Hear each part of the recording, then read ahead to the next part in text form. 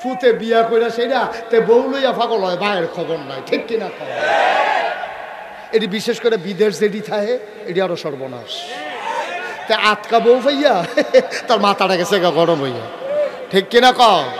তে বিদেশতে আটকাইয়া বিয়া কইরা সেটা তে বউয়ের কিতা করবো না কিতা করবো, কপাল বানাতে যে আম্মা রাখছে না তে অসভ্য কহে না। কথা শুনে যাও, যদি তোমার বউ মরে যায় তুমি বিয়া করলে আবার একটা বউ হয়, ঠিক কিনা কও? বউ ভাগ্যে গেছে গা, আবার তুমি বিয়া করছো, আবার বউ হইছে, মনে রাখবা বউ গেলে বউ পাওয়া যায়, বউ মারা গেলে বউ পাওয়া যায়, কিন্তু মা মারা গেলে আর মা পাওয়া যায় না, ঠিক কিনা বলে? তো আমরা কোরআনুল কারীম থেকে 30 পারায় সূরা বুরুজের 2টা আয়াত আমি তেলাওয়াত করেছি, সেখান থেকে আমরা আলোচনায় যাব। তা আমাদের দেশে সমস্যা হচ্ছে কোরআনের আলোচনা না শুনতে শুনতে এখন আর কোরআনের আলোচনা ভাল লাগে না। আমাদের দেশে গান, গজল, নাচা নাচি, নর্তন কুর্দন, লইয়া পড়ন, এইটা আমরা দেশে এখন খুব বেশি ওয়াজের নাম দিয়া প্রচলন, ঠিক কিনা বলেন? এটা করতে করতে এখন আর মনে করছে হেই দে ওয়াজ, আর ওয়াজ এখনো হয়ে গেছে একেবারে আপনি বিরক্তিকর একটা বিষয়। কিন্তু এটাই হয়। আমার মাদ্রাসায় একবারে টিউনু গেল ভিজিট করার জন্য, টিউনু সাহেব গেছে পরে আমি কইলাম যে টিউনু সাহেব, আমার নিজের এলাকার গাছের কলা আছে আমার মাদ্রাসার এরিয়ায়, ওখানে গাছ পাক না কলা খুব ভালো, কোনো ওষুধ টষুধ নাই, আপনি 2টা কলা খান। না না না না এই কলা আমারই দিয়ে না। আমি ওই কেন কই হুজুর, এই আরেকবার ওইরকম এই ভালো কলা খাইয়া আমার সাংঘাতিক ক্ষতি হয়েছে, কারণ ভেজাল খাইতে খাইতে বালাটা আর সহ্য হয় না। এখন আমরারও অবস্থা হয়েছে এই ভেজাল কথা শুনতে শুনতে আমাদের আর এখন কোরআনের কথাগুলো ভালো লাগে না। কিন্তু আমি বিশ্বাস করি এখানে আমরা যারা আছি আমরা কোরআনের কথাই শুনতে চাই ইনশাআল্লাহ। আমাদের ভালো লাগে তো ইনশাআল্লাহ। তা আমরা আলোচনায় ঢোকার আগে মারদুদ শয়তান থেকে ফানা হয়েছে, যিনি রহমান যিনি রাহিম তার নামে চলেন শুরু করি, সবাই পড়ি। আউযু বিল্লাহি মিনাশ শাইতানির রাজীম। বিসমিল্লাহির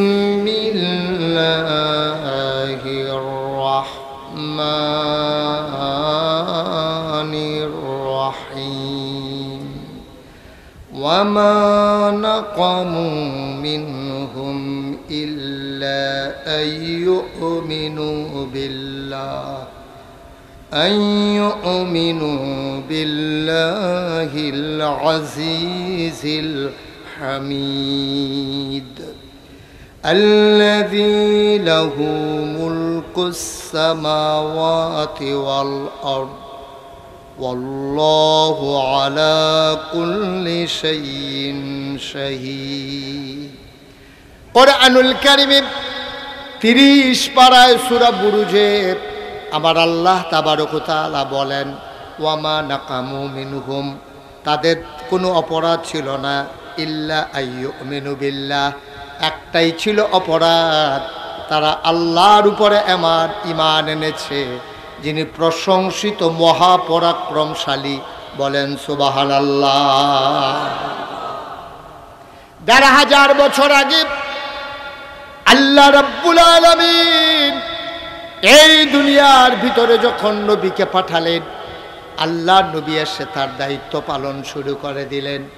নবীদের দায়িত্ব হলো অন্ধকার থেকে মানুষকে আলোতে নিয়ে আসা, গোমরাহি থেকে হেদায়েতে নিয়ে আসা, কুফর থেকে ইসলামে নিয়ে আসা, পথহারা মানুষগুলোকে পথ দেখানো, এটাই হচ্ছে নবী এবং রাসূলদের কাজ। ১,৫০০ বছর আগে যিনি এসেছিলেন আমাদের জন্য নবী হয়ে, এই নবীর 3টা উপাধি, 3টা লকব, তার ব্যাপারে আমাদের আহলুস সুন্নাত ওয়াল জামাত আমরা যারা, আমাদের 3টা আকীদা, এই নবী সবার সেরা নবী, এই নবী সবার শেষ নবী, এবং এই নবী সবার সেরা নবী, সবার শেষ নবী। তিনি ইমামুল এবং সকল নবীদের সর্দার, তিনি ইমামুল মুরসালিন, তিনি খাতামান নবিয়্যিন, এবং তিনি রাহমাতুল লিল আলামিন। নবীর ব্যাপারে আহলুস সুন্নাত ওয়াল জামাত আমরা যারা, আমাদের বিশ্বাস হলো তিনটা: তিনি শেষ নবী, তিনি সেরা নবী, তিনি গোটা জগতের জন্য রহমত। সুবহানাল্লাহ বলবেন না? গোটা জগতের আল্লাহ হচ্ছেন রব। খুব খেয়াল করে শুনতে হবে, আল্লাহ হচ্ছেন রব। আমরা পড়ি আলহামদুলিল্লাহি রাব্বিল আলামিন। সমস্ত জগতের রব হইলেন আল্লাহ। এখন চিনলাম আল্লাহ হচ্ছেন রব। এখন নবীজি কি? আল্লাহ তাবারক ওয়া তাআলা এটা ১৫০০ বছর আগে জানিয়ে দিলেন যে তোমরা জানতে চেয়েছো আমি হইলাম রব, আর আমার নবী হইল রাহমাতুল লিল আলামিন। ওয়ামা আরসালনাকা ইল্লা রাহমাতাল লিল আলামিন। আমার আল্লাহ হলেন রব, আর নবী হইলেন রহমত গোটা জগৎবাসীর জন্য। দুনিয়ার ভিতরে যেমন মানুষ আছে, দুনিয়ার ভিতরে জিন আছে, দুনিয়ার ভিতরে ফেরেশতা আছে, গরু ছাগল জন্তু জানোয়ার আছে, সমস্ত মাখলুকাতের জন্য আমার নবী হইলেন রাহমাতুল লিল আলামিন। যত জায়গায় আল্লাহ রব, তত জায়গায় নবীজি রহমত। সুবহানাল্লাহ বলবেন না? একটা জায়গা নাই যেখানে নবীজি রহমত নাই। যত জায়গায় রব আল্লাহ, আর ঠিক তত জায়গায় রহমত আমার নবীজি। সুবহানাল্লাহ বলবেন না? জোরে বলেন সুবহানাল্লাহ। এই নবীজি ১৫০০ বছর আগে এই দুনিয়াতে তাশরীফ এনেছেন। এখন নবীদের কাজ কি? আমি বলছিলাম নবীদের কাজ হলো অন্ধকার থেকে মানুষকে আলোতে নিয়ে আসা, গোমরাহি থেকে হেদায়েতে নিয়ে আসা, কুফর থেকে ইসলামে নিয়ে আসা। সব নবীরা এই কাজটা করছে এবং তারা সততার সাথে করছে। তারা শুধু মুখে বলে নাই, তারা অন্তরে বিশ্বাস করছে, কাজে প্রকাশ করছে। কিন্তু আমাদের দেশে আফসোস হলো ১৫০০ বছর পরে এই দেশে মানুষ আছে, মুসলমান আছে, নেতা আছে, নেত্রী আছে, মন্ত্রী আছে, এমপি আছে, তাদের কথা আছে, কথার সাথে কাজের মিল নাই। ঠিক কিনা? তাদের ভিতরে যিনি প্রধান ছিল উনি সারাটা বছর কইছে আমি দেশ ছেড়ে পালাই না। কয় নাই না? কয় নাই? কয় নাই? তাইলে কথা বলছে, মুখে বলছে আমি পালাই না, কিন্তু উনি কি ছিল না পালাই গেছে? তাহলে কথার সাথে কাজের কি নাই? কথা কয় না, কথার সাথে কাজের। কিন্তু নবী এবং রাসূল যারা, তারা যা বলছে শুধু বলছে না, অন্তরে বিশ্বাস করছে এবং কাজে প্রকাশ ঘটাইছে। সুবহানাল্লাহ বলবেন না? তাইলে দেখেন ১৫০০ বছর আগেও মানুষ ছিল, ১৫০০ বছর পরেও আমরা আছি। কিন্তু আফসোস হলো আমাদের ভিতরে যুজন মাইল পার্থক্য, আকাশ পাতাল পার্থক্য। আমাদের কথা একরকম, কাজ আরেক রকম। ঠিক কিনা বলেন? আমাদের কথা একরকম, কাজ আরেক রকম। কিন্তু ১৫০০ বছর আগে এমনও ঘটনা পাওয়া যায়, এক সাহাবা আরেক সাহাবারে কইছে ভাই আপনি এই জায়গায় দাঁড়ান, আপনি রেনে আমি এক জায়গায় যাব, আপনি একটু দাঁড়ান, আমি দৌড় দিয়া বাইতে আইতে আসি। এই কথা বলার পরে তো উনি তো দাঁড়াই রইছে, আর উনি বাড়িতে গিয়া ওই যে একজনকে দাঁড় করাই গেছে এটার মনেই নেই। সুবহানাল্লাহ বলবেন না? উনি বইলা গেছে আর ওনার গিয়া মনেই নেই। তো উনি তো দাঁড়াই রইছে, কারণ ওনার ভাই বলছে, মুসলমান বলছে যে আপনি দাঁড়ান আমি আসতেছি। তো ওনার তো সন্দেহ করার কোনো দরকার নাই। রাত হয়ে গেছে ওনার খবর নাই, সকাল হয়ে গেছে ওনার খবর নাই, নামাজের টাইমে উনি আইসা দেখে লোকটা দাঁড়াই রইছে। তো ভাই আপনি এখানে দাঁড়াই রইছেন কেন? আপনি না গতকালকে বলছিলেন যে আপনি এখানে দাঁড়ান আমি আসতেছি, আমি এই সারাটা রাত এখানে দাঁড়াই রইছি, আমি যাই নাই, যদি আপনি আইসা আমারে না পান। সুবহানাল্লাহ বলবেন না? এটার নাম মুসলমান, এটার নাম মুসলমান। আর আমরা আজকে মুসলমান, আমরা কেমন মুসলমান? যার যারটাতে এতে মিলাম, যার যারটা শেষে হিসাব মিলাম। ওনারা বলছে যে দাঁড়ান, দাঁড়াই রইছে, যতক্ষণ না আসতে যায় নাই। আর আমরা নির্বাচনটা আইলে একরকম, কোনো মতে লাইলটা ফারণ গেলে আরেক রকম। ঠিক কিনা কর? নির্বাচনের আগে যেই কথা কয় বাংলাদেশের মানুষগুলো নির্বাচনের পরে যদি এর 100 ভাগেরও 1 ভাগ কাজ করত, তাহলে আমার বাংলা কাগজে পত্রে নয়, প্রকৃত অর্থে আমার বাংলা সোনার বাংলা হতো। ঠিক কিনা?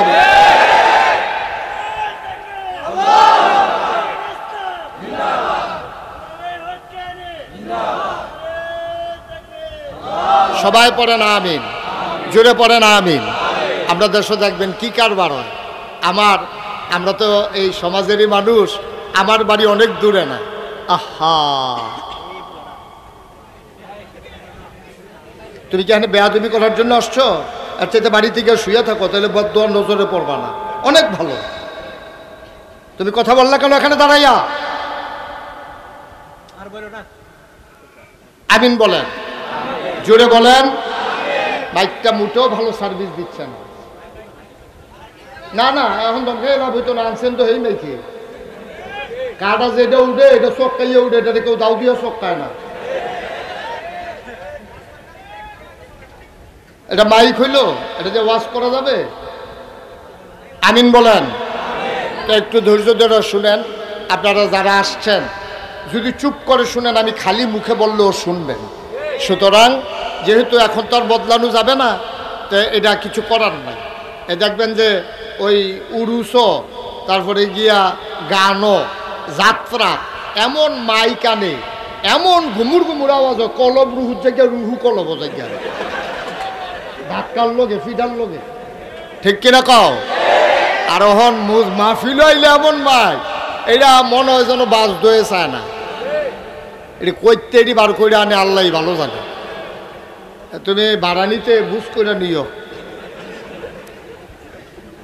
আমিন কন, জোরে কন। আমি যেই কথাটা বলছিলাম, মুসলমান ইমান কারে কয়? ইমান হচ্ছে মুখে স্বীকৃতি দেওয়া, অন্তরে বিশ্বাস করা, কাজে প্রকাশ করা, এটার নাম হলো ইমান।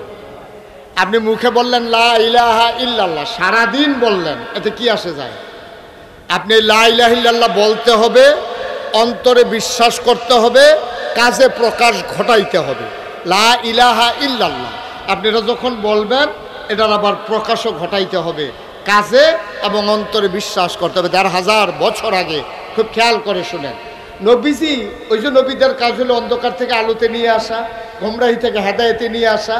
হেরা গুহায় ৪০ বছর বয়সে তিনি যখন উপনীত হলেন, জিবরাইল ফেরেশতা এসে সালাম দিলেন, আসসালাতু আসসালামু আলাইকা ইয়া রাসূলুল্লাহ, আসসালাতু আসসালামু আলাইকা ইয়া হাবিবাল্লাহ। নবীজি বললেন ওয়া আলাইকুমুস সালাম ওয়া রাহমাতুল্লাহ।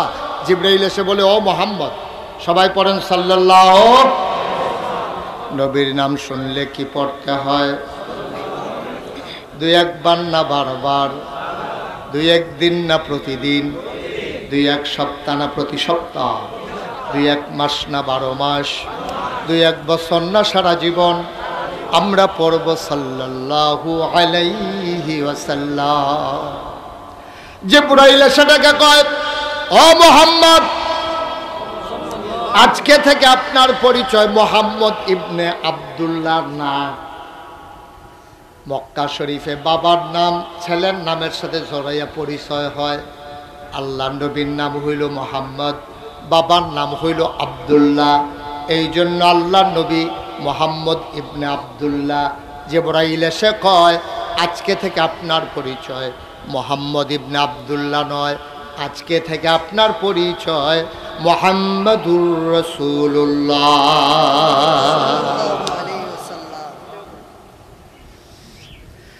আল্লাহর নবী ভয় পেয়ে গেলেন, তিনি ভীত সন্ত্রস্ত হয়ে গেলেন।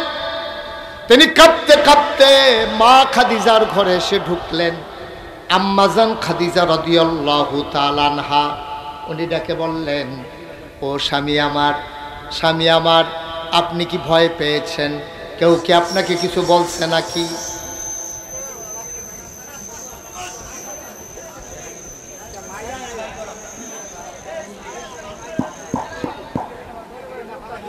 জি ওকে ফাইন, ওনারা চেষ্টা করতেছে, মেশিনারি জিনিস তো, এটা নিয়ে বিরক্ত হওয়া যাবে না। এটা যদি বন্ধ হয়ে যায় কিছু করার নাই, মেশিনারি জিনিস, এটার উপরে কোনো গ্যারান্টি নাই। তবে একটু দেখে শুনে আনা লাগে। তো এটা কর্তৃপক্ষ আগামী বছর আনতে আমি আই নাহলে অন্য হুজুর আই হোক, যেটাই হোক, মাইকটা বুঝ করে আনবেন। আল্লাহ যেন কবুল করে, সবাই পড়ি আমিন। এখন মনে হয় আগের চাইতে একটু ভালো আছে। একটু ভালো হয়েছে না হুজুর? জি হুজুর, একটু ভালো হয়েছে না? হ্যাঁ, সবাই পড়েন আলহামদুলিল্লাহ।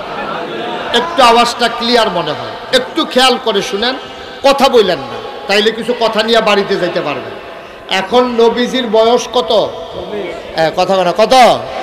জিবরাইল এসে ঘোষণা দিল, আপনি মোহাম্মদ ইবনে আব্দুল্লাহ না, আপনার পরিচয় হলো আপনি মোহাম্মদুর রাসূলুল্লাহ। তো নবীজি খুব ভয় পাইছে, খুব ভয় পাইছে। হেরা গুহা, আপনারা যারা হজে গেছেন তারা অনেকেই হেরা গুহা দেখছেন। কাবা ঘরের কেনারেই একটা পাহাড় আছে, এই পাহাড়টার চূড়ায় একটা গুহা আছে, গুহাটার নাম হলো হেরা গুহা। আমি যখন প্রথম হজে গেছি, এটা হলো 2000 সালে। হজে যাওয়ার সময়, হজে যাওয়ার পরে আমার যারা ওখানে ভক্ত মুরিদ আছে সৌদি আরবে, ওরা বলতেছে যে হুজুর, ওই যে হেরা গুহা যেখানে কোরআন শরীফ নাজিল হয়েছে, আপনি কি এটা দেখতে চান? তা আমি কই ভাই আর আইনা নাই, এই জুয়ান মানুষ আছে, এটা বলে খুব ওসা। জি হুজুর অনেক ওসা। তা আমি কইছি দাদা এদিকে কইলো এটার দিকে চাইলে বিলে ফিসি যা টুফি ফুটা জিজ্ঞা। কই জি হুজুর এটা অনেক ওসা, তো এমনি মাথা আলগি দিয়া চাওয়ার লাগে টুফি ফুটা জিজ্ঞা। তা আমি হুজুর ওই পাহাড়ের কান্দা তামারি লইয়া গেছে, তারা পানির বোতল টুতল লইয়া গেছে, তো আমি কথা অনুযায়ী এমনি উপরের দিকে চাইছি, টুফি পরে না। কি তারা বাংলাদেশে দিয়ে উন্নাইলাম, ফিসের দিকে এমনি চাইতে বিলে উপরের দিকে চাইলে টুফি পরে দিকে টুফি পরে না কিরে। পরে আমি চিন্তা করলাম টুফি পরে না খা, পরে খেয়াল করে দেখলাম ওই যে হজের সময় যে মাথা কামাইছি, ছোটো ছোটো চুলে কামড় দিয়া ধরে রাখছে টুফি।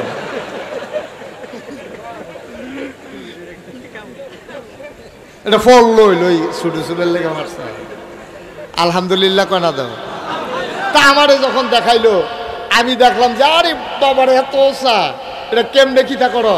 তা আমি কইলাম ভাই যদি ওসা ওসা লাগে, কয় যে হুজুর বেডিয়ে বেড়ে উঠতে আছে। তো চিন্তা করলাম বেডিয়েতে যদি উঠতে পারে তো আমরা তো ভেড়াইতে কেন? তো চিন্তা করলাম যে আল্লাহ ভরসা, যা ওই উঠা শুরু করি, কাম লাগলে মাইদের তো গড়েন দিয়ে পড়েছে গিয়া। তারা পানির বোতল টোতল লইয়া জুয়ান মুরিদ আছে, তারা শক্ত সামর্থ্য বেড়াইতেছে, আমরা উঠা শুরু করলাম। উঠতে উঠতে উঠতে উঠতে উঠতে উঠতে উঠতে কয়েকবার জিরাইয়া পানি খাইয়া যখন ঠিক হেরা গুহাটার কাছে গেছি, গিয়া দেখি প্রচণ্ড ভিড় মানুষ এখানে বৈশা একটু তাসবিহ তাহলিল পরে, দোয়া করে, দুরূদ শরীফ পড়ে। ঠিক যেই জায়গায় নবী বসা ছিলেন এই জায়গায় বসার সুযোগ আছে। সুতরাং 1500 বছর পরেও হবিকল ওই রকমই আছে। তা আমার যারা ভক্তমুরি এখানে থাকে, তো তারা এই আরবি ফারে ওই দেশে, তো তারা কিতা জানি আমার ব্যাপারে কইছে পরে দেখলাম যে সবাই জায়গা খালি করে দিছে। তো খালি করার পরে আমি গিয়া ঢুকলাম। তো ঢুইকা আমার একবারে মনে হচ্ছিল, কেন আমার মনের কথাটা আপনাদেরকে বলি, ওইখানে ঢোকার পরে আমার মনে হয়েছিল যেন 1500 বছর পরে আজও যেন সেই হেরা গুহার ভিতরে নবীর গায়ের গন্ধ পাওয়া যায়। আমার চোখ দিয়ে টপ টপ করে পানি পড়তেছিল। আমি উঠে চলে আসলাম নেমে যাব বলে। আমার ভক্তমরিদ যখন দেখলো আমি কাঁদতেছি, কই যে হুজুর উঠার সময় যত কষ্ট, নামতে এত কষ্ট না, কান্দা লাভ নাই, আপনি কান্দাকান্দি করেন না, নামতে সুবিধা আছে। তারা তো আর বুঝছেন আমি কেন কান্দি। এরপরে আমার জিজ্ঞেস হুজুর কান্দেন খা। আমি বললাম আমার নবীর বয়স যখন 40, তখন আমার আম্মা খাদিজা রাদিয়াল্লাহু তাআলা আনহার বয়স 55 বছর। 25 বছর বয়সে নবী বিয়ে করেছেন। আম্মাজান খাদিজার তখন ছিল 40, আর নবীজির বয়স এখন 40, আম্মাজান খাদিজার বয়স এখন 55। সুবহানাল্লাহ কয় না? 55 বছরের একটা বুড়া মহিলা। আমি চিন্তা করলাম আমি জুয়ান মানুষ, 24 বছর আগের কথা, তখন তো আমি আরো যুবক। আমি কাঁদতেছিলাম আর চিন্তা করতেছিলাম 1500 বছর আগে 55 বছরের বুড়া মহিলারা সকালে একবার বিকালে একবার আমার নবীর জন্য রুটি নিয়া, চামড়ার ব্যাগের ভিতরে পানি নিয়া যদি 2 বার উঠতে পারে, আর আমি জীবনে একবার উঠলাম, আমার এত কষ্ট হইতেছে, আমার আম্মাজান খাদিজার না জানি আরো কষ্ট হয়েছে। অপত্তনের মানুষ, ও নোয়াগাঁওয়ের মানুষ, বিজয়নগরের মানুষ, ব্রাহ্মণবাড়িয়ার মানুষ, মন দিয়ে শোনো রে ভাই, এমনি এমনি ইসলাম আসে নাই। কত ঘামের বিনিময়ে, কত রক্তের বিনিময়ে, চোখের পানির বিনিময়ে ইসলাম এসেছে। আল্লাহর নবীকে এসে জিবরাইল আলাইহিস সালাম ডেকে কয়, ও মুহাম্মদ, সবাই পড়েন সাল্লাল্লাহু আলাইহি ওয়াসাল্লাম। নবীর নাম যতবার আসবে আমরা কি পড়ব? মনে থাকবে ইনশাআল্লাহ। আবার পড়ি মুহাম্মদ, মুহাম্মদ, মুহাম্মদ। জিবরাইল এসে কয়, আপনি মুহাম্মদ ইবনে আব্দুল্লাহ না, আজকে থেকে আপনার পরিচয় মুহাম্মাদুর রাসূলুল্লাহ। আল্লাহর নবী মারাত্মক ভয় পেলেন। তিনি ভয়ে কাঁপতে শুরু করলেন, গায়ের ভিতরে জ্বর উঠে গেল, চোখগুলো তার লাল হয়ে গেল। তিনি কাঁপতে কাঁপতে ঘরে যখন ঢুকলেন, আম্মাজান খাদিজা রাদিয়াল্লাহু তাআলা আনহা ডাক দিয়া কয়, ও স্বামী আমার। আম্মাজান খাদিজা ও তো জানেন আমার নবী যে নবী হয়ে প্রকাশ হয়ে গেছে। গেছে স্বামী, আইসে নবী হইয়া, গেছে মুহাম্মদ ইবনে আব্দুল্লাহ, আসছে মুহাম্মাদুর রাসূলুল্লাহ। আম্মাজান খাদিজা তখনও খবর পৌঁছে নাই। আম্মাজান খাদিজা ডাক দিয়া কয়, কেউ কি আপনারে কিছু বলছে নাকি? আপনি আমার কাছে বলেন। তিনি বলো প্রভাবশালিনী মহিলা ছিলেন, উনি টাকাওয়ালা মহিলা ছিলেন, পুত পবিত্রা মহিলা ছিলেন। এই জন্য ওনার নামের উপাধি হয়ে গেল তাহেরা, তিনি পবিত্রা। তার ব্যাপারে কোনো টিটকারি মস্কারা মারার সুযোগ ছিল না। আম্মাজান খাদিজা ডাক দেয়া কয়, আপনি কি কোনো কষ্টে আছেন? কেউ কি আপনাকে কিছু বলেছে? আল্লাহ নবী ডাক দেয়া কয়, না খাদিজা, কেউ আমারে কিচ্ছু বলে নাই। হারা গুহায় আমি যখন ধ্যানমগ্ন, জিবরাইল আমার এসে ডেকে কয়, আমি নাকি মুহাম্মদ ইবনে আব্দুল্লাহ না, আমি নাকি মুহাম্মাদুর রাসূলুল্লাহ। এই কথাটা বলার সাথে সাথে একটা কথা আম্মাজান খাদিজা জিজ্ঞেস করেন নাই, কবে থেকে নবী, কে বানাইল নবী, কার জন্য নবী, এই নবী লাস্টিং করবে কতদিন, কোনো কিছু জিজ্ঞেস করলেন না। আম্মাজান খাদিজা শোনার পরে পরে এক বাক্যে রায় দিয়ে দিলেন, আপনি অবশ্যই নবী। নবীজি বললেন আমি নবী, আর আম্মাজান খাদিজার সাথে সাথে স্বীকৃতি দিয়ে দিলেন আপনি অবশ্যই নবী। চারটিখানি কথা মনে করছেন? চারটিখানি কথা মনে করছেন? 15টা বছর সংসার করছে এক লগে। নবীজিরে কাছ থেকে দেখছে নাকি দেখে নাই? কাছের থেকে দেখা, এক লগে খাইয়া, এক লগে ঘুমাইয়া, এক লগে চল্লা ফিরা, বুঝা শুননা, কোনো আগে নির্বাচনের আগে টেহা খাইয়া না, বিস্কুট চা খাইয়া না।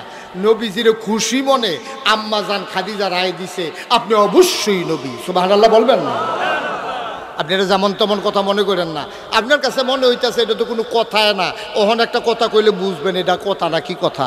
আজকে এখানে মাহফিলে যারা আছেন, মাহফিল শেষে আপনি বাইক গিয়ে আপনার ওয়াইফরে কইবেন, ওলি ওলি, নিজের বউরে গিয়া কইয়েন।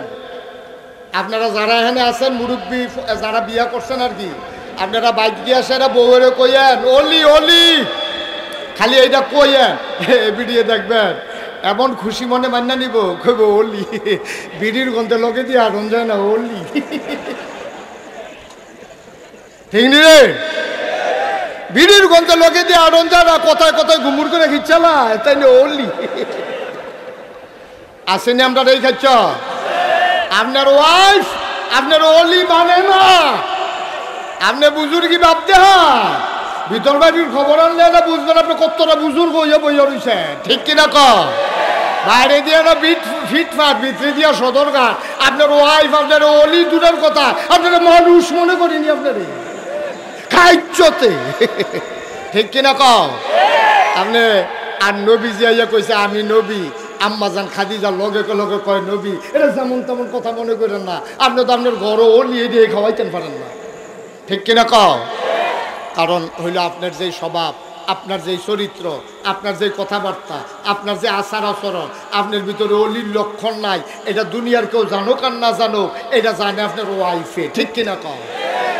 আপনি হুতনের সময় কেমনে হুতেন এ ভিডিও না জানে, তরকারির নুন না হইলে আপনি যে গুমুর করে খিচালান এ ভিডিও না জানে। বুড়া বয়সে গুমুর করে কিল দিয়া বুহে ফিরে দৌড়াইলিছে। খাডাস কারে কয় চিন্তা করো। হ্যাঁ, বউয়ের গাওয়া আতুডান, একটু চিন্তা করেন। এটা আপনার জীবন সঙ্গিনী। হুন্না লিবাসুল্লাকুম ওয়া আনতুম লিবাসুল লাহুন্না। এই মহিলা আপনার গায়ের পোশাকের মতো, এটা কোরআন শরীফের আয়াত। আল্লাহ কইছে, ও যত বেড়াইতেছ তোমরা হইলো বেড়িয়েতের গায়ের পোশাকের মতো, আর যত বেড়িয়েতেছ সব হইলো বেড়াইতের গায়ের পোশাকের মতো। মুফাসসিরিনে কেরামের ব্যাখ্যায় কয়, আল্লাহ এত টান থাকতে গায়ের পোশাকের মতো আল্লাহ তুলনা দিল গেলে, কয় গায়ের পোশাক যেমন শৈল লাগিয়া থাকে, গায়ের পোশাকে যেমন ইজ্জত বাড়ায়, গায়ের পোশাক যেমন শরম ঢাইকা রাখে, ঠিক স্বামী স্ত্রী একজন আরেকজনের ইজ্জত বাড়াবে, লজ্জা ঢাইকা রাখবে, সম্মান বাড়াবে। ঠিক কিনা বলো? কি সুন্দর করে আল্লাহ উদাহরণ দিছে দেখছেন। পাঞ্জাবি হইলো তো কিছু ডিল ডাল, ভিতরের গেঞ্জি তো সিফা দিয়া ধরে গেল। এটার নাম হলো গায়ের পোশাক, যেটা উতপ্রুতভাবে আপনার সাথে জড়িত। সুতরাং আপনার স্ত্রী আপনার জীবন সঙ্গিনী। আল্লাহ কয় গায়ের পোশাকের মতো। সুতরাং পরস্পরের জন্য সহায়ক। বিশ্ব চরাচরে যা কিছু চিরকল্যাণকর, অর্ধেক তার করিয়াছে নারী, অর্ধেক তার নর। এই পৃথিবীটা এমনি এমনি সাজে নাই। আপনার গৃহস্থিটা এমনি এমনি টিক্কা রইছে না। আপনি ধান রুইছেন, ধান লাগাইছেন, ধান কাটছেন, ধান লইয়া দিছেন, এরপর হিজানের থেকে চাউল কইরা ভাত রান্ধন পর্যন্ত হেভি দিয়ে। ঠিক কিনা কও? না হইলে ধান খাওয়ান লাগলো ওইল বেড়াইতে, ধান খাইলে ওইল। ঠিক কিনা কন? সুতরাং পুরুষের যেমন অবদান আছে, নারীরও অবদান আছে। আপনার নারী, আপনার স্ত্রী যদি সাক্ষী দেয় আপনি ভালো মানুষ, আসলেও আপনি ভালো মানুষ। সুবহানাল্লাহ বলবেন না? কারণ আপনার সম্পর্কে আপনার স্ত্রী যত জানে অন্য কোনো মানুষ এত জানে না।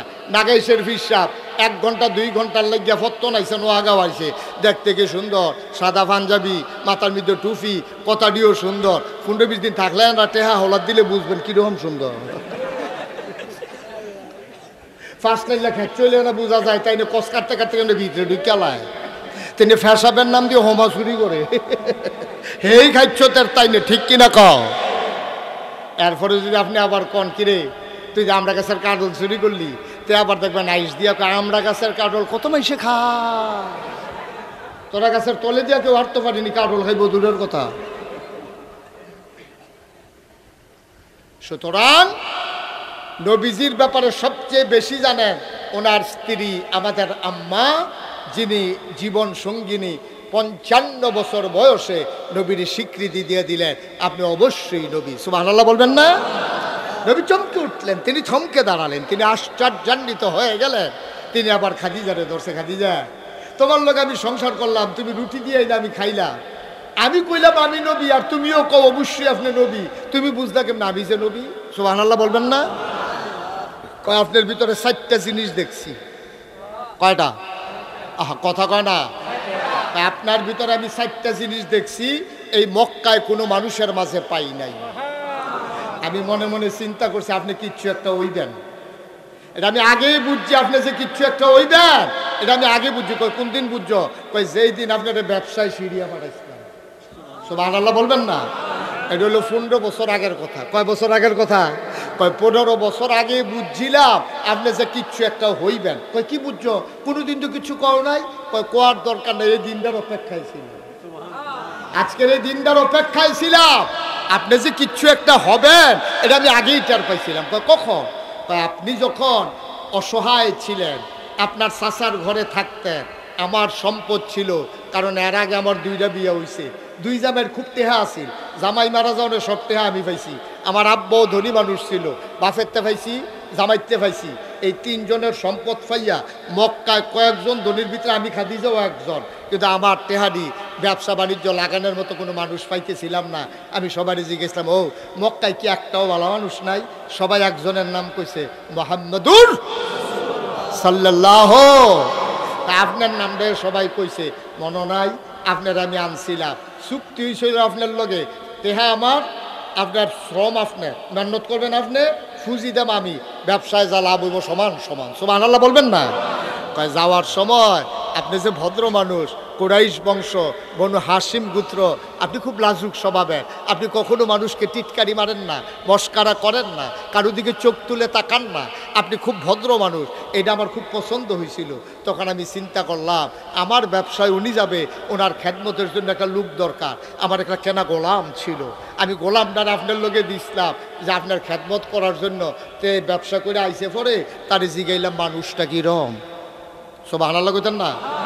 ব্যবসা ট্যাবসা করে আসার পরে তার আমি জিজ্ঞেসলাম মানুষটা কীরকম, মানুষটা কীরকম কইতাম পারতাম না, তবে আমরা সবাই মিল্লা কাজ ভাগ করে নিতাম। সফর অবস্থায় সবাই মিল্লা সিরিয়া গেছি তো যাওয়ানোর সময় সবাই মিল্লা ভাগ করছি। কেউ রান্ধন, কেউ লাকড়ি আনন, লাকড়ি ভারণ, কেউ রান্নাবান্না করন, কাঁচামরিচের ডেটটা ভাঙ্গা দেওয়ন, ফেট ছুল্লা দেওয়ন, এরকম নানান কাজ টাজ আমরা ভাগ করে নিছি।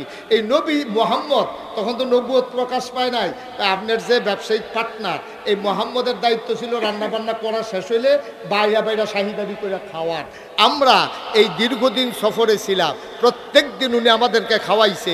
খোদার কসম আমরা খেয়াল করে দেখেছি সবাই খাওয়ার আগে তিনি লবণ সাওয়ার নামেও একটা গোশতের টুকরা মুখে দেয় নাই।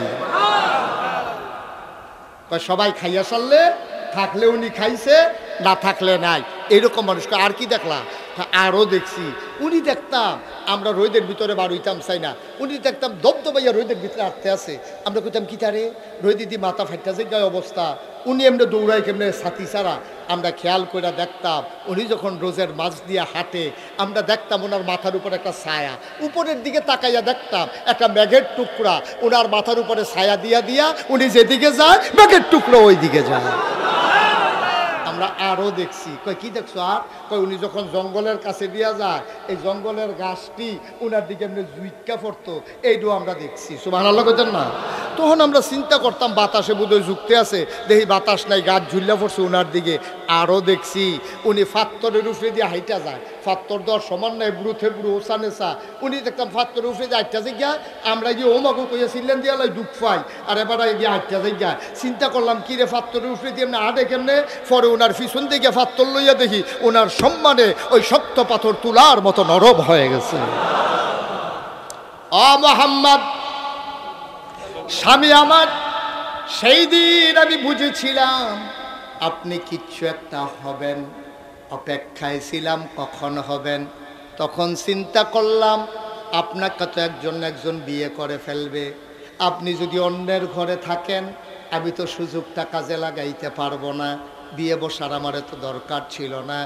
এর আগে আমার 2 বার বিয়ে হয়েছে, বিয়ে কারে কয় আমি বুঝছি, কিন্তু আপনি যে একটা কিচ্ছু হবেন ওই দিন যেন আমি আপনার পাশে থাকতে পারি, এই নিয়তে আমি বিবাহের প্রস্তাব পাঠাইয়া আপনাকে আমার ঘরে নিয়ে এসেছিলাম। এই দিনটার জন্য আমি অপেক্ষায় ছিলাম, আজকের এই দিনটার জন্যে। আপনি সপ্রকৃত অর্থে আপনি নবী। এবার আল্লাহর নবী ডাক দেয়া কয় খাদিজা এটাই কি তোমার ফাইনাল ডিসিশন? এটাই আমার ফাইনাল ডিসিশন। ও নবী এবার আপনার হাতটা বাড়াই দেন।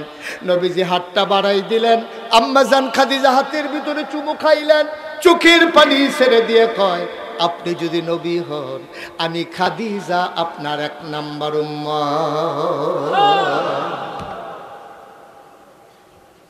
আবার নবীজি বললেন তুমি কি দেইখা বুঝছো আমি যে নবী?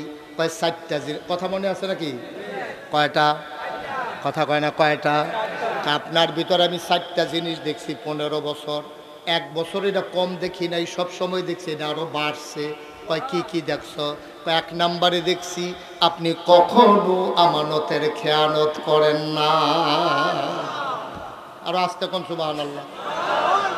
হুজুরে আরো জোরে কইবেন, আপনি যে আরো আস্তে কোন মরহুম, আরো জোরে কোন, আরো জোরে। কয়টা জিনিস দেখছে? কথা কয় না? কয়টা? 1 নম্বরে আপনি কখনো আমানতের খেয়ানত করেন না। সুবহানাল্লাহ কইতেন না? এটা কি যেমন তেমন কথা? বাংলাদেশে আমানতের খেয়ানত হয় নাকি হয় না? একেবারে তৃণমূল পর্যায় থেকে, অজপাড়াগা থেকে, লগের গড়ের বেড়ার লগে, এখান থেকে আরম্ভ কইরা রাষ্ট্রের সর্বোচ্চ পর্যায় পর্যন্ত আমার দেশে আমানতের খেয়ানত হয়। ঠিক কিনা বলো? যেই দেশে 92% জন লোক মুসলমান, এই দেশে ক্ষমতার মসনদে যখন তারা আরোহণ করে, মানুষের ইজ্জত আবরু তাদের কাছে যখন আমানত, এই ইজ্জত আবরু আমানতকে নষ্ট করে, এই বাংলাদেশে ওই তপ্ত রাজপথ, কালো রাজপথ ছাত্র জনতার রক্তে রঞ্জিত হয়েছে। এর চাইতে বড় আমানতের খেয়ানত আর নাই। ঠিক কিনা বলো?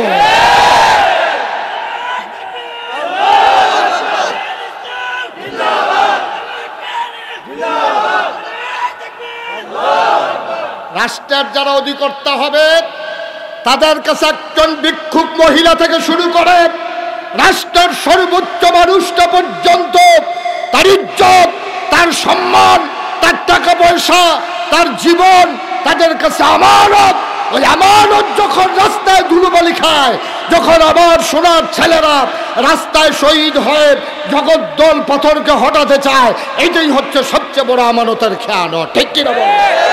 অথচ ১,৫০০ বছর আগে নবীর ব্যাপারে ওনার স্ত্রী ১ নম্বরে রায় দিল, আপনি কখনোই আমানতের খেয়ানত করেন, আমানতের খেয়ানত করেন।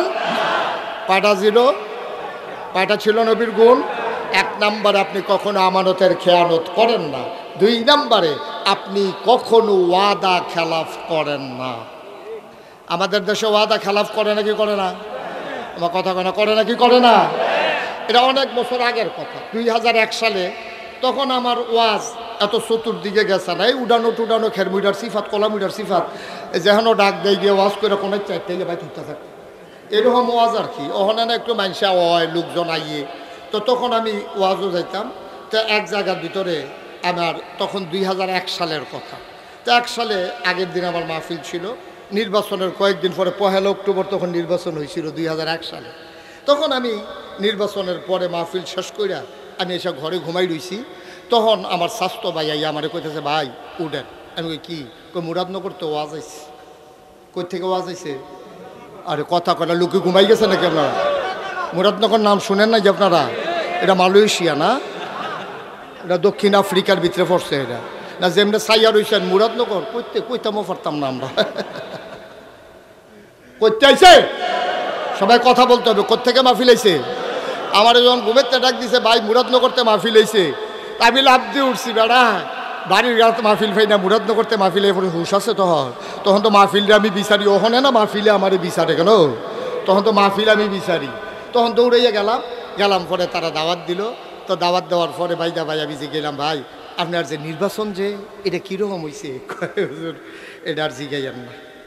আমি করে জিগাইলেছি যখন ফিরাইতাম না, কই আলান কেমন হয়েছে?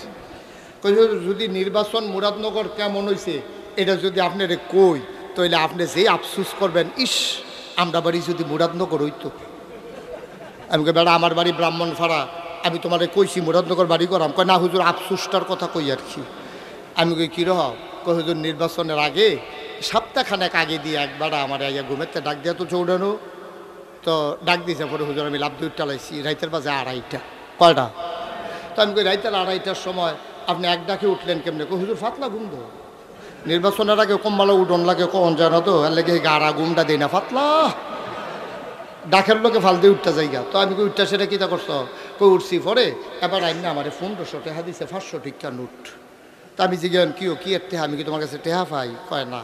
কয় তো কিছু কিনবা আমারতে? কয় না। তো টেহা দাও কিতা? আরে ভাই সাহেব এদিকে কোনো খবর রাখেন না, আমরা মুরাদনগর না প্রতি বুট ৫০০ দাম উঠছে। তা আপনার ঘরে ৩ ফুট ৩ ৫ ১৫০০। আমি কি হুজুর দাওয়াত দিতে নাইছেন, বুট বেচা টেহা খান, টেহা রাখছেন? অসম্ভব, আমরা কি এত বেহতান নি টেহা রাখা? আমি কই কিতা কইছে? আমি কইছি ও নির্বাচনের হনো বাহির হইছে ১ সপ্তাহ, এত আগে যখন ৫০০ দাম উঠতে গেছে গা, আগের দায়িত্ব কত উঠে না আছে, টেহা রাখতাম পারতাম।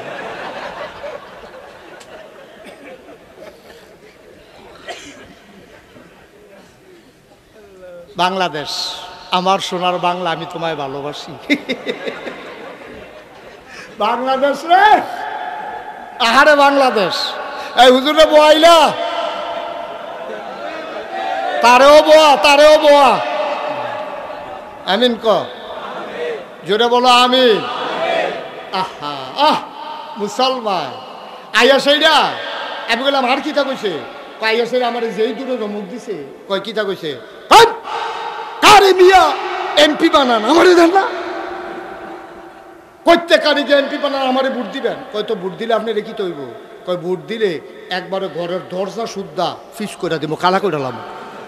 তো মনে মনে চিন্তা করলাম, মানুষে কয় রাস্তা করে দিব, মানুষে কয় স্কুল পর্যন্ত করে দিব, মসজিদ পর্যন্ত করে দিব, এবারে দিকে দরজা বেড়ে বিলে কাটা করে খিচালাইলাম। এবারে আল্লাহ যা করে কর দিলাম। বুট করছে ফাঁস গেছে গা ৬ মাস। ৬ মাস পরে গেছি গেলাম, ভাই আপনি না কইসলেন আমরা ঘরের দরজাত কিতা বিলে ডালবেন, ডালেন না দিক। কবে কইসলাম? কয় নির্বাচনের আগে। আরে মিয়া পাগল হইছে। নির্বাচনের আগে আমরা কত কথা কই, এটি সবজি ধরে বইয়া রইছেন কীর্তনে দি। আহারে মুসলমান রে, মরার চিন্তা আমরা ভুলে গেছি, ঠিক কিনা বলো? আমাদের কথা একরকম, কাজ একরকম, আমরা ওয়াদা করি একরকম, ওয়াদা খেলাফ করতে একটা সেকেন্ডও দেরি করি না, ঠিক কিনা কও? আবার মজা মারে, মজা মারে। এমপি সাহেব আবার কয় রে, তারে যে কথাটা বললাম কি রপুরে ফানিত রেখ আছে, কথার রেখ নাই, ফানিত রেখ আছে, কথার ভিতরে রেখ নাই। আপনি মাশাআল্লাহ উপযুক্ত লোক, যে যত বড় বাটফার তে বাংলাদেশে তত বড় নেতা, ঠিক কিনা বল? যে যত মিছা কথা কইতে পারে তে হইল তত বড় নেতা। আমি একবার এক জাফত খাইতাম গেছি হুজুর, গিয়া সেটা সেই এলাকার যে চেয়ারম্যান এর ভিতরে হেবারে ফোন দিছে, হেবারা খাইয়া হাত ধুইতে আছে, খেয়াল করে চেয়ারম্যান সাহেব খাইয়া হাত ধুইতে আছে, এমন টাইম একটা ফোন আইছে, ফোন ধরে সেটা কোথাছে, চেয়ারম্যান সাহেব আমরা তো আপনার গ্রামে দাওয়াত খাইতাম পাইতেছি, আপনি কয় যে আমি আমি দি জাফতের সারিগুল দিয়ে ঘুরি, আপনার হালাইয়া খাইতাম পারি, তে খাইয়া হাত ধুইতে আছে। এমনি উদাম করে সিহন জিংলা দিয়া ফতফাত ফতফাত করে খিসন যাইতো তারে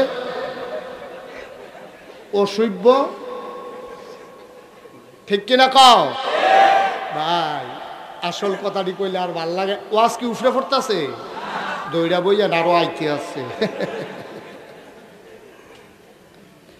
আল্লাহর নবীর ব্যাপারে আম্মাজান খাদিজা বললেন চারটা জিনিস, দেখে কয়টা গেল, কয়টা? আপনি ওয়াদা খেলাফ করেন না, আপনি আমানতের খেয়ানত করেন না, আপনি কখনো অভাবী কোনো মানুষকে খালি হাতে ফিরাই দেন না। কি কথা রে? আমরা তারা ভিক্ষা চাইলে কয় মাফ করো, আসেনি এই খাচ্ছত, কয় মাফ করো। আর নবীজি কোনো প্রমাণ নাই যে কোনো মানুষরা খালি হাতে ফিরাইছে। এই ব্যাপারে পরে একটা তাফসীর ইবনে কাসির থেকে একটা মজার হাদিস তোমাদেরকে শোনাবো। 4টা কথা আগে শেষ করি। 1 নম্বরে, আপনি কখনো ওয়াদা খেলাফ, আমানতের খেয়ানত, আপনি কখনো অভাবীকে খালি হাতে ফিরাই, আপনি কখনো আত্মীয়তার সম্পর্ক ছিন্ন করেন। এই 4টা গুণ কি শুধু না বড়? সাংঘাতিক বড়। আজকে বাংলাদেশেও এই 4টা গুণ রক্ষা করার মানুষ খুব কম। ফুতে বাপ স্বীকার করে না, জিয়ে মা স্বীকার করে না, ফুতে বিয়া করে সেটা তে বউ লইয়া পাগল হয়, ভাইয়ের খবর নাই, ঠিক কিনা কর? এটি বিশেষ করে বিদেশ যেটি থাকে এটি আরো সর্বনাশ। তে আটকা বউ পাইয়া তার মাথাটা গেছে গরম হইয়া, ঠিক কিনা কর? তে বিদেশতে আটকাইয়া বিয়া করে সেটা তে বউয়ের কিতা করবো না কিতা করবো, কফার বানাতে যে আম্মা রাখছে না, তে অসভ্য কহে না। কথা শুনে যাও, যদি তোমার বউ মরে যায় তুমি বিয়া করলে আবার একটা বউ হয়, ঠিক কিনা কও? বউ ভাগ্যে গেছে গা, আবার তুমি বিয়া করছো, আবার বউ হইছে, মনে রাখবা বউ গেলে বউ পাওয়া যায়, বউ মারা গেলে বউ পাওয়া যায়, কিন্তু মা মারা গেলে আর মা পাওয়া যায় না, ঠিক কিনা বলে? আমরা শেষের দিকে কষ্ট হইতেছে আপনাদের না? ছেড়ে দেওয়া দরকার। আর সামান্য একটু যেই কথাটুকুন বলতেছিলাম, নবীজি কখনো কোনো মানুষকে খালি হাতে ফিরাই দেন না। এটা দিয়ে আমরা শেষ করবো ইনশাআল্লাহ। প্রমাণ কি? আল্লাহর নবী, খুব খেয়াল করো মজার ঘটনা, তাফসীর ইবনে কাসিরের ভিতরে ইবনে কাসির দামিশকি রহমাতুল্লাহ আলাইহি তিনি এই হাদিসটা এনেছেন। আমি কোথাও এই হাদিসটা আর পাই নাই। বড় মূল্যবান একটা হাদিস, আমার কাছে মনে হয়েছে বড় মজার হাদিস। আল্লাহ নবীর কাছে এক সাহাবা আসলেন, ওনার বাড়ি একেবারে নিবৃত পল্লীতে, অজপাড়া গায়ে বর্ডার বেল্টে, একেবারে সীমানায় বাড়ি। তিনি দৌড়ে দৌড়ে নবীর কাছে আসলেন, এসে বললেন আসসালাতু আসসালামু আলাইকা ইয়া রাসূলুল্লাহ। নবী বললেন ওয়ালাইকুম আসসালাম ওয়া রাহমাতুল্লাহ।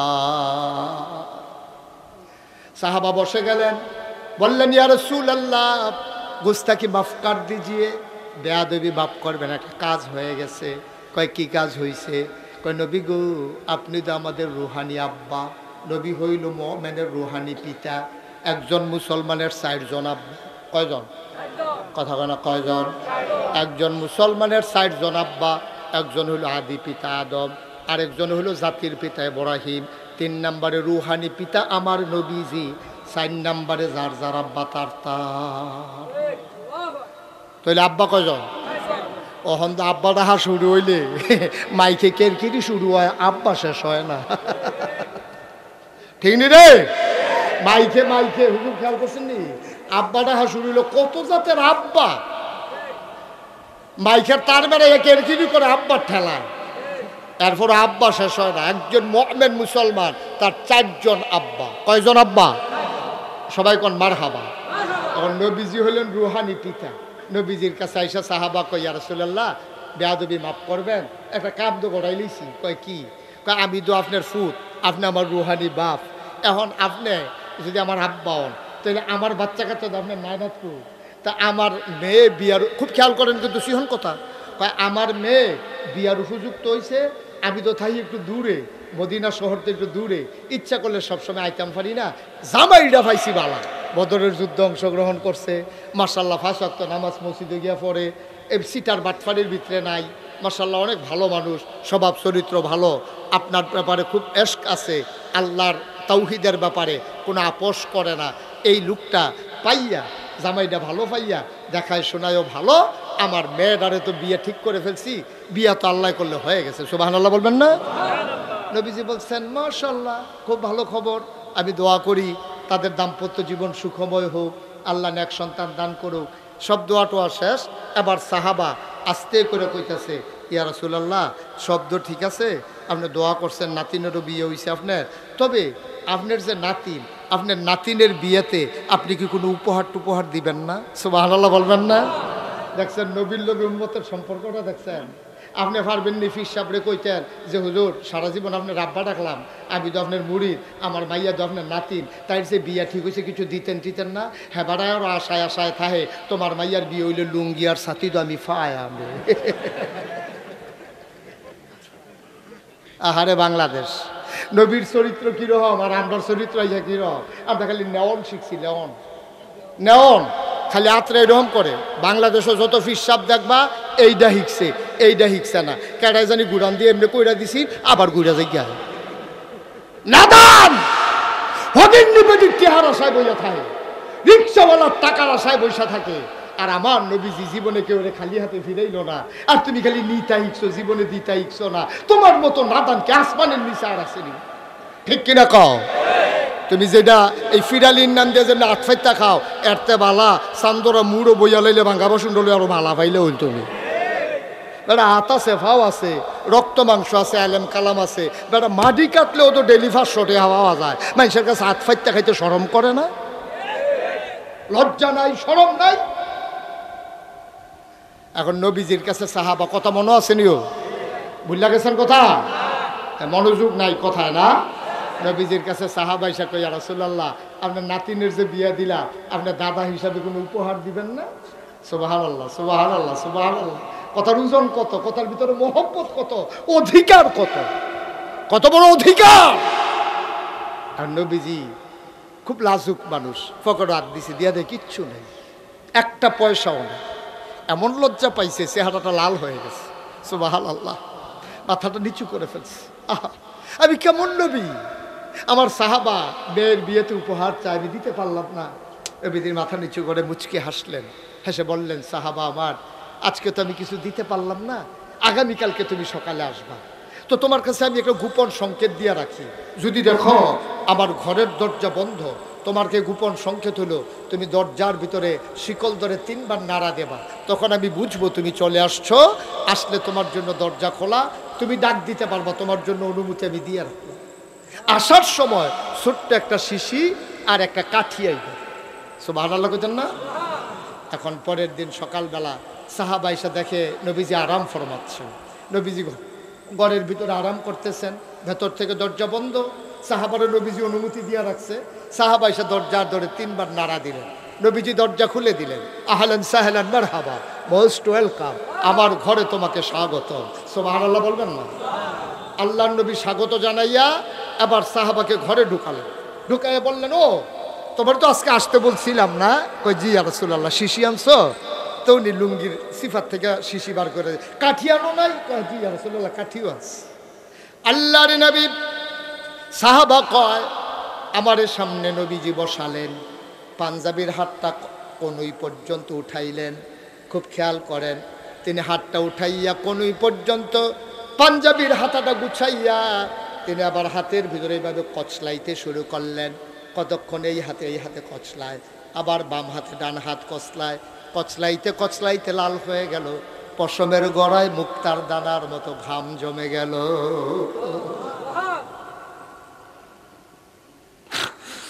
আল্লাহর নবী ডাক দিয়া কয়, ও সাহাবা, শিশি আনছো নাকি? কই ইয়া রাসূলুল্লাহ, এই তো শিশি। আল্লাহ নবী হাতটা এমন করে বাঁকা করলেন, ওই পশমের গোড়ায় গোড়ায় জমা ঘাম টপ টপ টপ টপ করে জমে জমে এই কনুর কাছে এসে দিয়া পড়তেছে।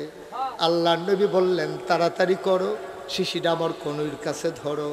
এবার শিশি দেখে টপ টপ করে শিশির ভিতরে ঘাম পড়ে, অর্ধেকটা শিশি ভরে গেল। নবী আবার এই হাত বাঁকা করলেন, বললেন, শিশিটা আবার এই হাতে ধরো। এই হাতের কনুর কাছে ধরা হলো, বাকি ঘাম দিয়ে শিশিটা একবারে ভরে গেল। আল্লাহ নবী মুখটা বন্ধ করে ওই ছোট্ট কাঠিটা হাতে দিয়ে দিলেন। নবীজি আবার চোখের পানি ছেড়ে দিয়ে কয়, সাহাবারা রে, আমি তোর এমন নবী, আমার নাতিনের বিয়েতে দামি কোনো উপহার দিতে পারলাম না। আমার গায়ের জমানো ঘাম, এটাই আমার নাতিনের বিয়েতে আমার পক্ষ থেকে উপহার।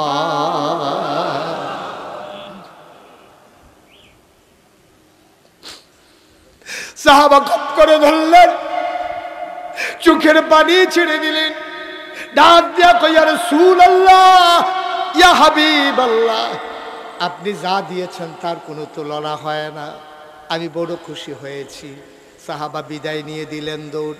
মেয়েটা দাঁড়িয়ে আছে ঘরের কিনারে, আব্বা নবীর থেকে হাদিয়া নিয়ে আসবে।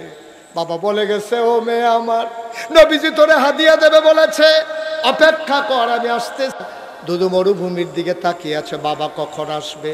তাকায়া দেখে একটা আফসা আফসা মানুষ দেখা যায়। মেয়েটা দিলেন দৌড়, দৌড়ে দৌড়ে গিয়া দেখে বাবা ঘামতেছে, চোখ দিয়া পানি পড়তেছে। মেয়েটা ডাক দিয়া, আব্বা, আপনার হাত তো দেখি খালি, আমার বিয়েতে আমার নবীজি কোনো উপহার কি দেয় নাই? বাবার চোখের পানি ছেড়ে দিয়ে কয়, ও মেয়ে আমার, তোর মতো ভাগ্যবতী মেয়ে মক্কায় মদিনায় আর দ্বিতীয় একজন গোনাই গো মেয়ে। তোর এত দামি উপহার দিয়েছে। তিনি খুঁটের ভিতর থেকে ছোট্ট শিশি বের করলেন। মেয়েটা দেখলো, শিশিটা বের করার সাথে সাথে চতুর্পাশ সুগন্ধের সাথে সাথে ভরে গেল।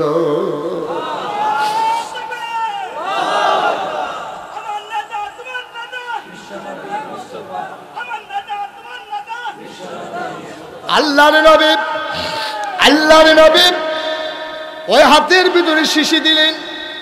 ওই মেয়েটার বাবা মেয়েটার হাতের ভিতরে শিশিটা দিয়া কয়, ও মেয়ে আমার নবী তোরে বেশি কিছু দিতে পারে নাই, সবচেয়ে দামি জিনিসটা তোরে দিয়ে দিয়েছে। ওনার পাসিনা মুবারক নিজের হাতে বের করে তোরে শিশির ভিতরে দিয়ে দিয়েছে। এই নাও তোমার উপহার। মেয়েটা খপ করে ধরলেন, চোখে লাগালেন, মুখে লাগালেন, বুকের সাথে জড়িয়ে ধরলেন। মেয়েটা দিলেন দৌড়।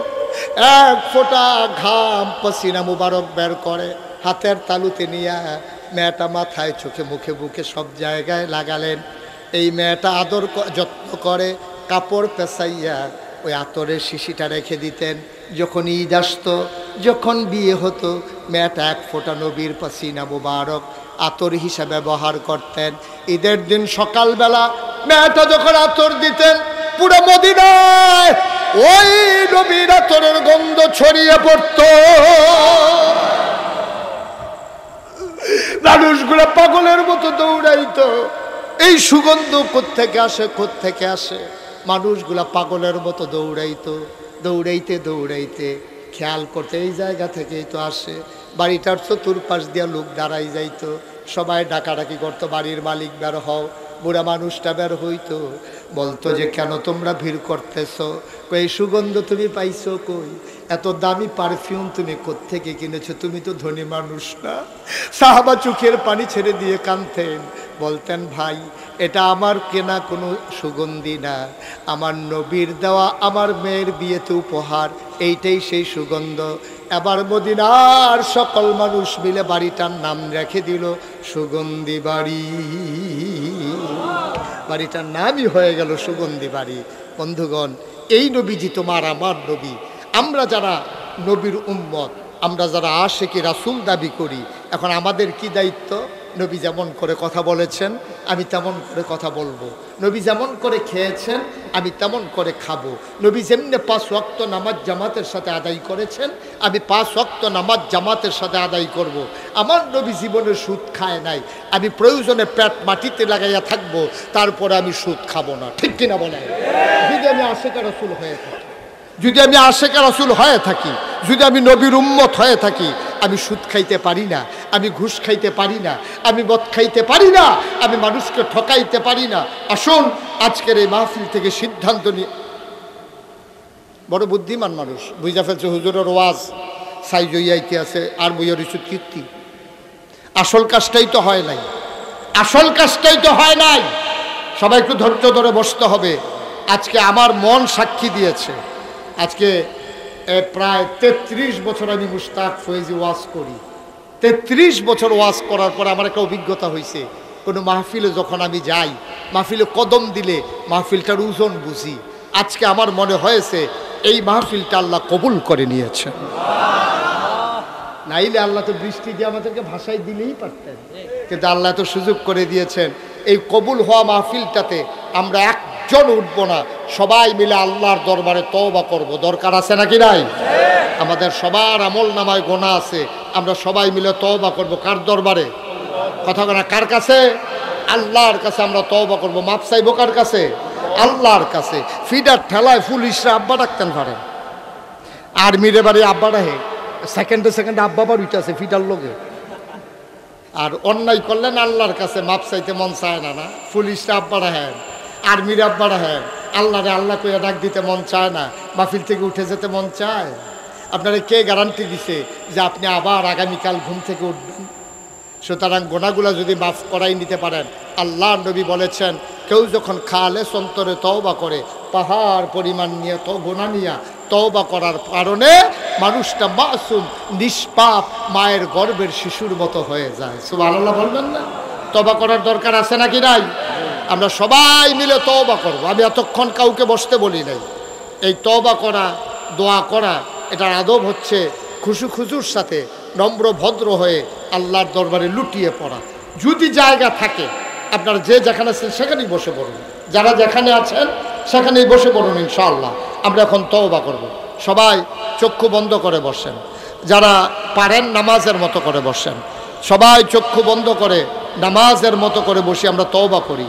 আল্লাহ যেন আমাদের জীবনের গুনাহগুলো মাফ করে দেন। সবাই পড়েন আমিন। কে বলবেন? আপনি বলবেন? জি শুনেন, আমরা তওবা করব। তওবা করার আগে মাহফিল কর্তৃপক্ষের পক্ষ থেকে উনি 1 মিনিট একটু কথা বলবেন। একটা লোকও নড়বেন না, জায়গায় থাকবেন। আমরা এখনই তওবা করব ইনশাআল্লাহ। জি।